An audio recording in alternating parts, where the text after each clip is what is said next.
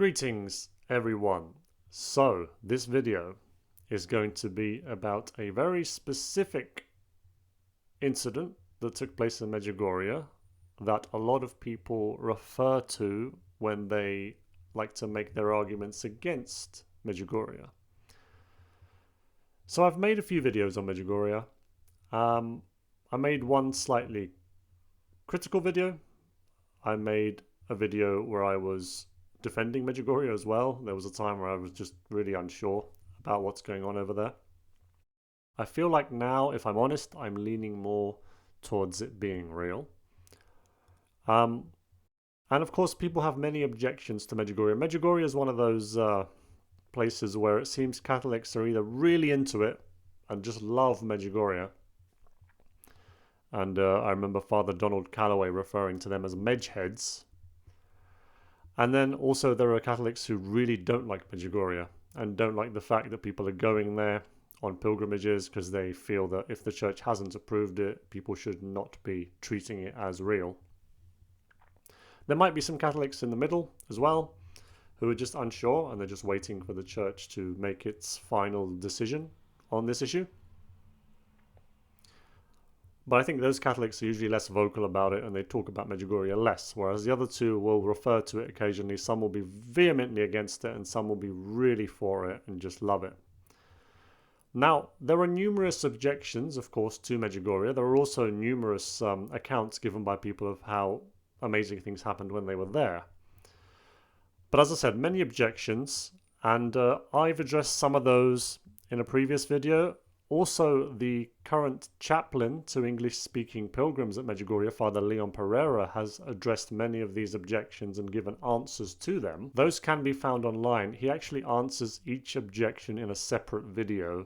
So there are many separate videos with each objection being in each video. Now, if you don't know how to find those, if you're unable to find those and you really want to see those, then do let me know in the comments and I'll try and at some point gather them all together into one video and just show them all in one video. However, one objection that Father Leon doesn't address is this one that we're going to talk about, and I've never actually seen it really addressed properly anywhere, and it is a little bit of an issue. Until April 2023, where it seems there has been a video made specifically addressing this objection and an explanation being given for it. So as I said, this video was made just over a month ago at the time of me recording this. I just noticed it recently and I do want to go through it because it's very interesting. When I saw the title, I thought, oh, they're actually going to be addressing this specific thing and it seems like there's going to be an answer. So let's have a watch of this. So I'm going to play you parts of this video and then, yeah, just sort of comment on it a little bit. Now, in this video, we have a lady named Christine Watkins. She's doing the interview here. She is talking to a lady named Ann Vucic. Now, Ann Vucic is a, well, she said she went to Medjugorje just before this whole visionary incident happened. And by the way, I'm going to refer to the visionaries as visionaries. I know it's alleged visionaries and alleged seers, but I'm not going to keep saying alleged. You know that it's alleged at the moment because the church hasn't said that it's worthy of belief, at least not yet. But she was there just before that whole first sighting of Mary is supposed to have happened, and then she's since been a translator for the visionaries, and she's done a lot of research into the subject herself. It's obviously interested her a lot. So in this video, she's the one talking to Christine Watkins, and she's the one that lays out the explanation. So the incident in question that they are going to be trying to explain is the old finger jab of doom, let's say, where during one of the supposed visitations of Mary to the seers, somebody who's sitting not far from Vicka decides to sort of do this towards her eyes, you know, pretending as if he's going to jab her in the eye, and then as he does that, she flinches backwards. And so, of course, the idea is that if these visionaries are supposed to not hear or see anything around them during this vision of Mary, then how come Vicka flinched as this guy motioned towards her eye with his fingers.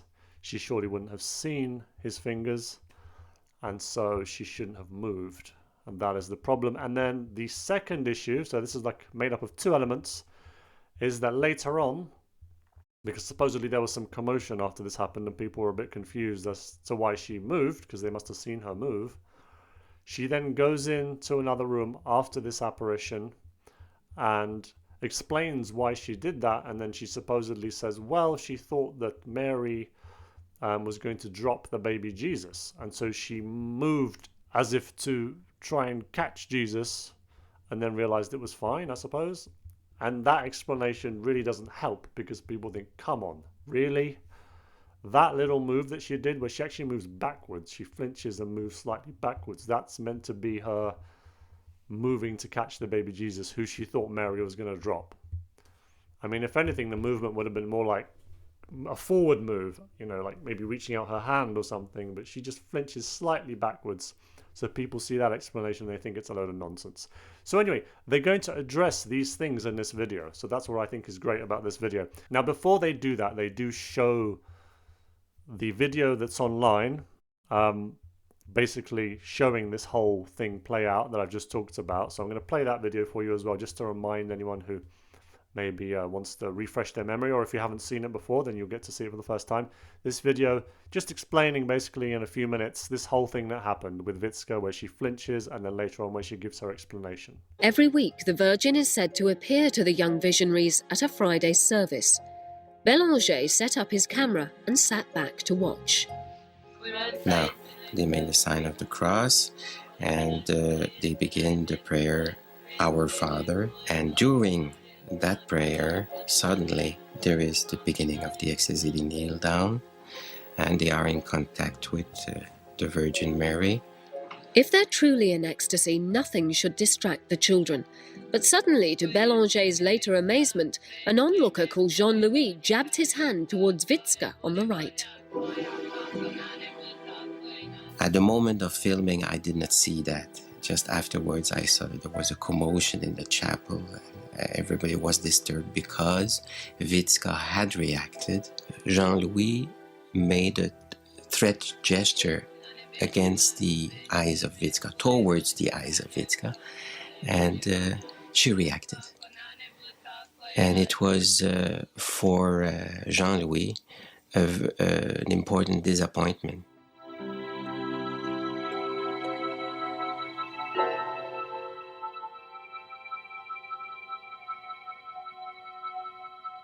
After the ecstasy, I had forgotten to stop the camera, and suddenly Vicka comes in with somebody else. She wanted to explain why she'd moved. In her trance, she'd been trying to prevent the Virgin from dropping the infant Jesus. So she said, when I arrived in the chapel, and everything was okay, when the ecstasy began, I saw nobody, and I heard nobody, except the Virgin Mary. And the Virgin Mary had the infant Jesus in her arms. And suddenly, I thought, said Vicka, that the infant Jesus would fall on the floor. So to impeach that, I made a gesture to impeach the infant Jesus to fall on the floor. And she thought that it would explain the reaction that she had against the threat gesture made by Jean-Louis.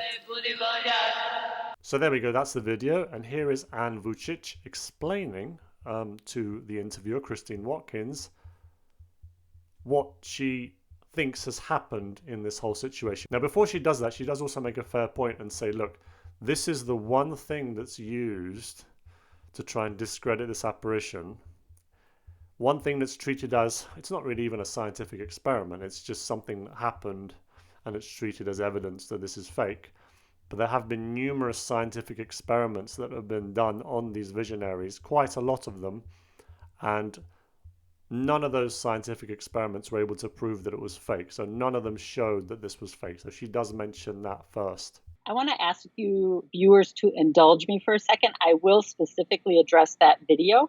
But before I address that video, I want to talk about that mountain of scientific evidence. Okay. So I'm going to use a visual aid here. Okay. Here, I'm going to hold this up. Hopefully you'll be able to see. Okay. So here's a paper that I drew up, right? Okay. Can you see this? You don't have to read it. I'll tell you what it says up here. Okay. So I want you to imagine you're looking at this piece of paper. Okay.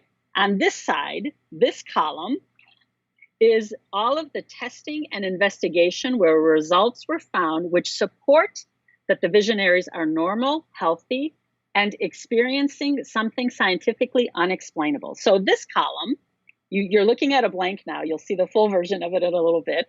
This column will have all of the scientific tests that have been done that confirm that there's something of supernatural origin here.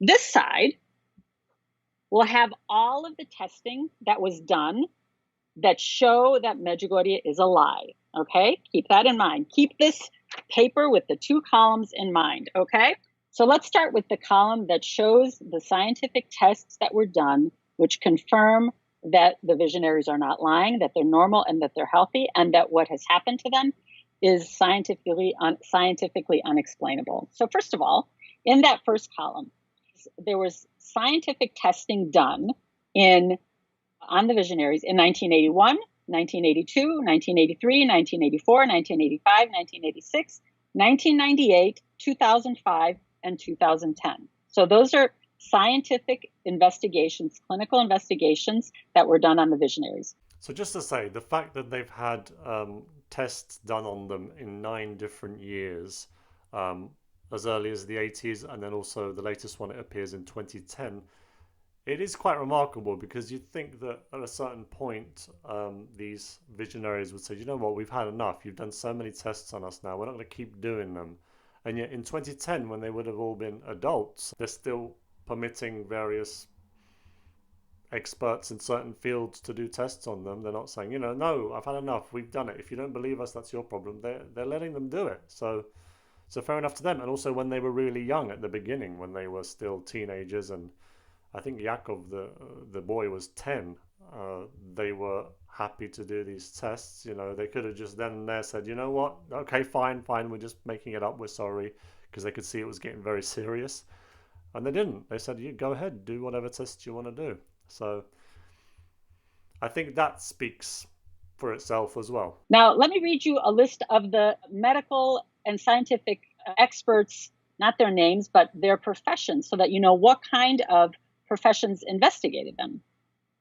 So they were given a full battery of tests by general medical doctors, psychologists, psychiatrists, neuropsychiatrists, neurologists, surgeons, ophthalmologists, otolaryngologists, cardiologists, neurophysiologists, psychoanalysts, psychophysiologists who look at states of consciousness, psychotherapists, oculists, as well as interrogations by priests, theologians, and commissions established by the church. That's all the people who've investigated them. Now, remember, we're still looking at that one column where we're looking at the tests done that confirm that this is scientifically unexplainable.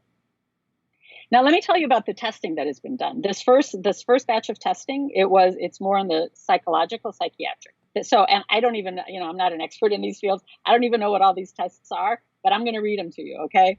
So first, a complete case history, medical case history, an MMPI, an EPI, an MHQ, a tree test, a person test, a Raven matrices, a Rorschach test, a hand test, a Valsecki truth and lie detection test, computerized polygraph, basically lie detector test, Holter arterial pressure and dynamic registration, pupillary reflexes, electrocardiograms, and numerous tests to measure various stimuli during the apparition, such as calling, touching, pinching, and shining bright lights into their eyes. So what I'm going to read to you now is a 12-point summary by the French and Italian Scientific Theological Commission on the extraordinary events that are taking place in Medjugorje.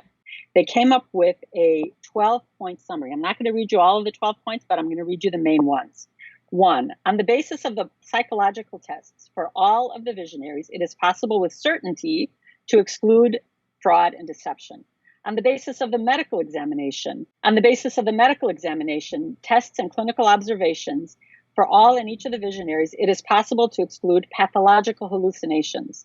On the basis of the results of previous researches for all and each of the visionaries, it is possible to exclude a purely natural interpretation of these manifestations. On the basis of information and observation that can be documented, it is possible to exclude teaching or behavior of the visionaries that would be in clear contradiction to Christian faith and morals.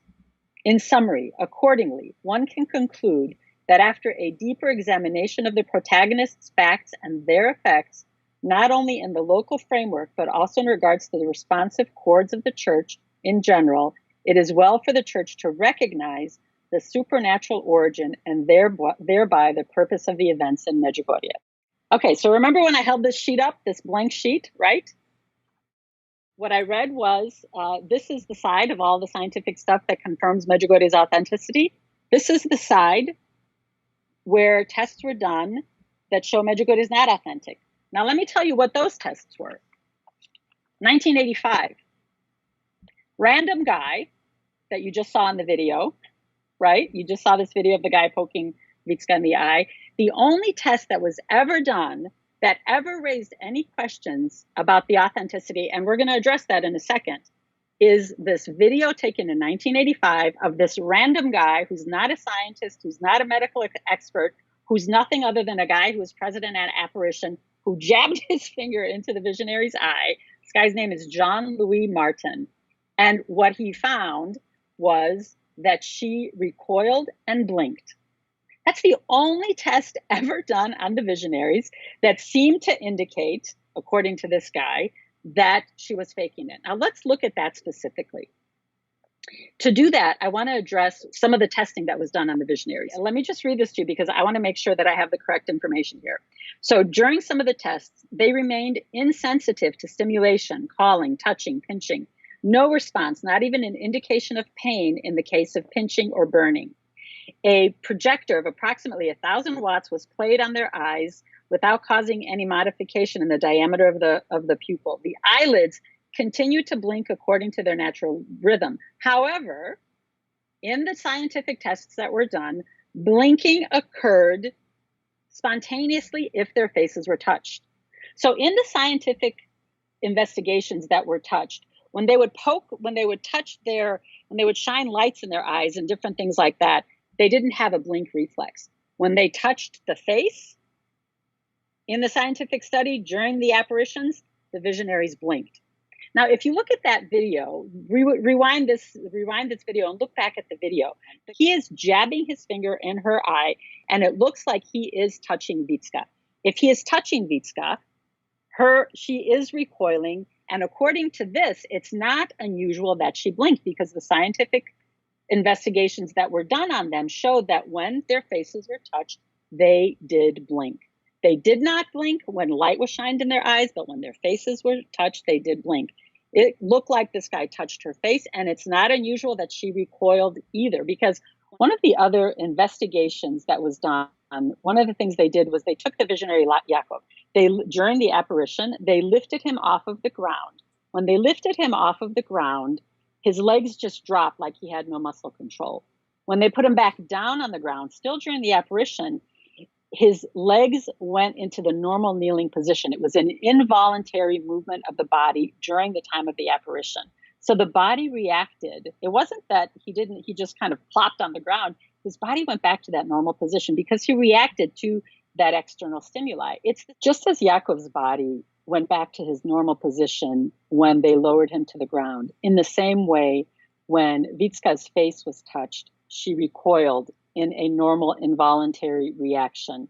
And when her eyes were touched, her face was touched, her eyes blinked in the way that they found in the medical examinations that were done. It's all completely consistent with what the scientific research has shown. So there we go. So that's the explanation. So essentially, the reason that Vicka flinched and moved slightly, blinked, I suppose, was because she was probably touched. Now, I don't know if she was touched or not. Generally, if somebody's pretending that they're going to poke you in the eye, they don't normally touch you. They kind of normally do that and then you move. They don't actually touch you anywhere. They just pretend like they're going to. Having said that, the person who did this to Vicka was slightly to her side, so I suppose it's possible when he was trying to, pretend that he was going to poke her in the eye, he might have touched her on the side of the face somewhere with his hand or part of his hand. So it's certainly an explanation.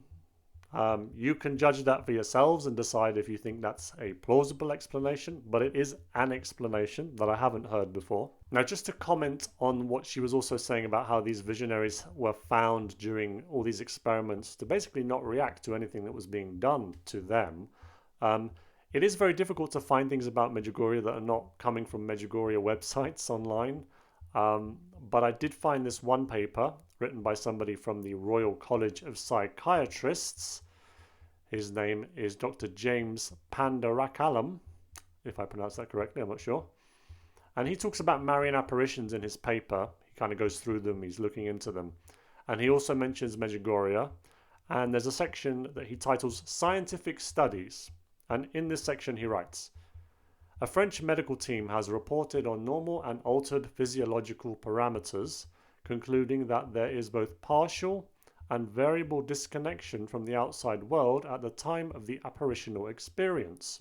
Sensations travel in a normal manner to the brain of the Medjugorje seers, but the findings from evoked auditory potential tests and screening tests show that the cerebral cortex does not perceive the transmission of the auditory and visual neuronal stimuli received from the surrounding environment.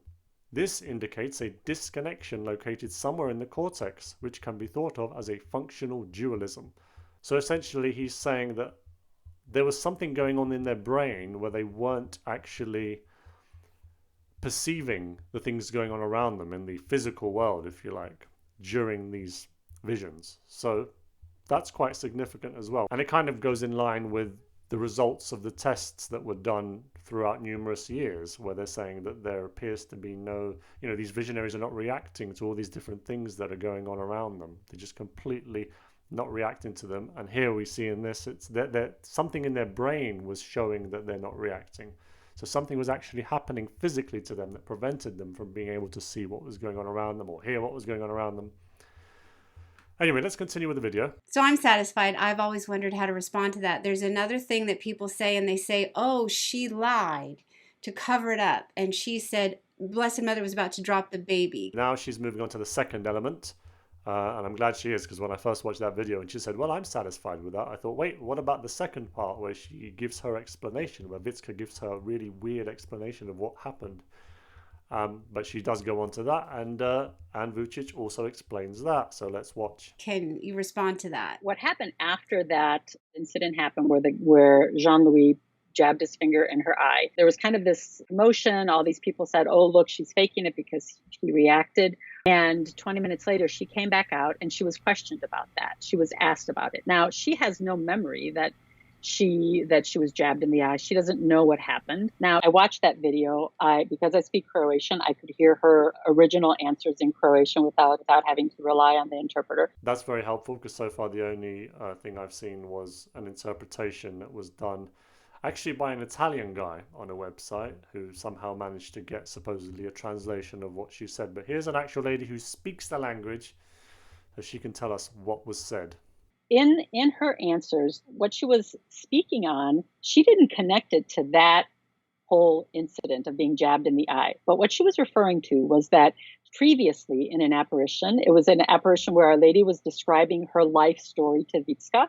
So that whole incident, when Vicka is talking about that, she's referring to an incident that happened a number of years prior to that interview, where Our Lady was describing her life to Vicka. And in that apparition, Our Lady was holding the baby Jesus in a way that to Vicka's eye looked awkward.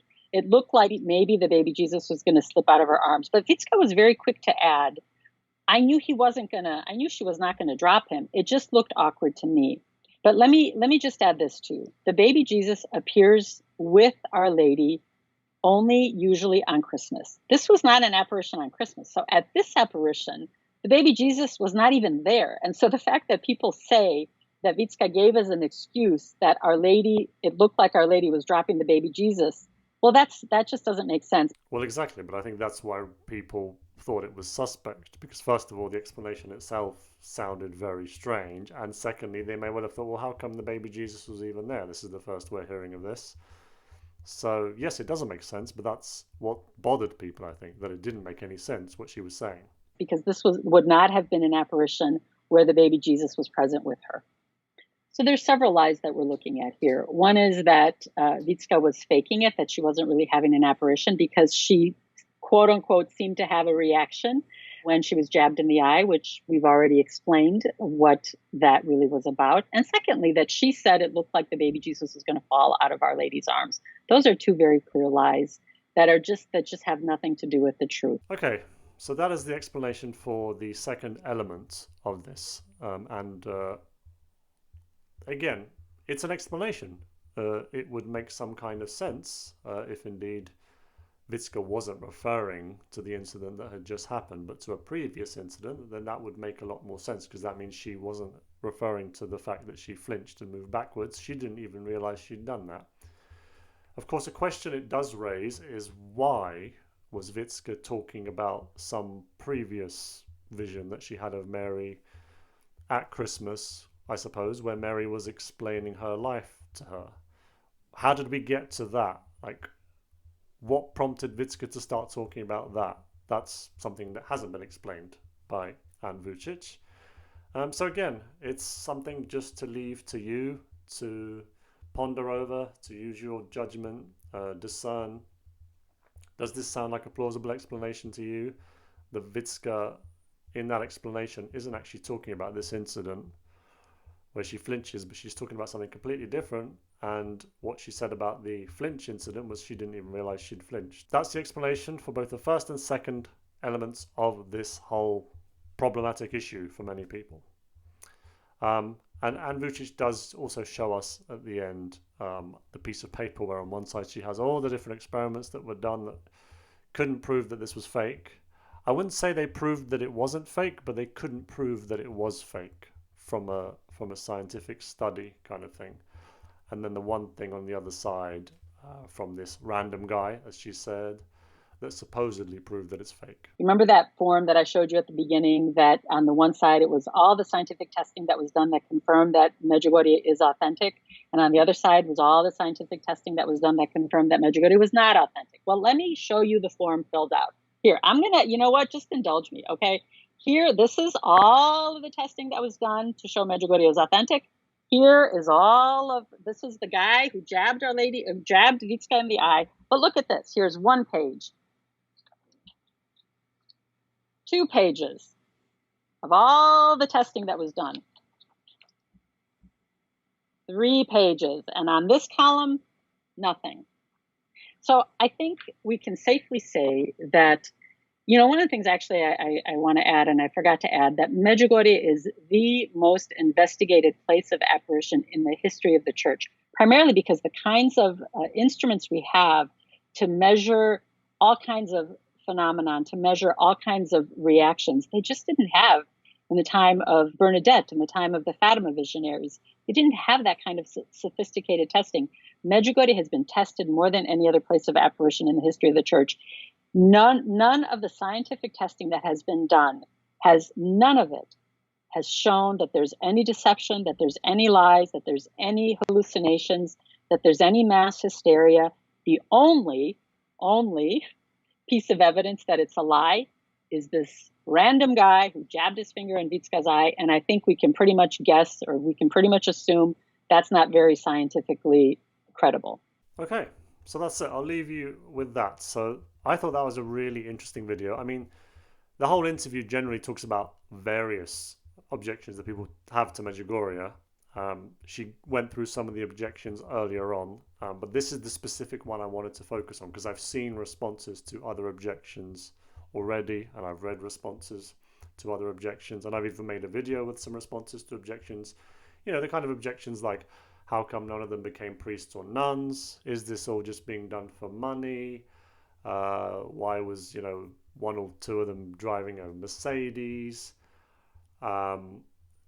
Was something that Mary said heretical? It seemed that she said that all religions are good, or all these kind of different things, and they have generally all been responded to. But this particular one wasn't, or at least I hadn't found anything where somebody had addressed this specific issue, and it is an issue that has been mentioned many times by people. So I'm really glad this video was made. I'm really grateful to these two ladies for talking about this. I'm grateful for Christine Watkins for chatting with Ann Vucic, and I'm grateful to Ann Vucic for explaining these things. Again, whether you think these explanations are good enough for what happened, that's up to you, but there they are for you.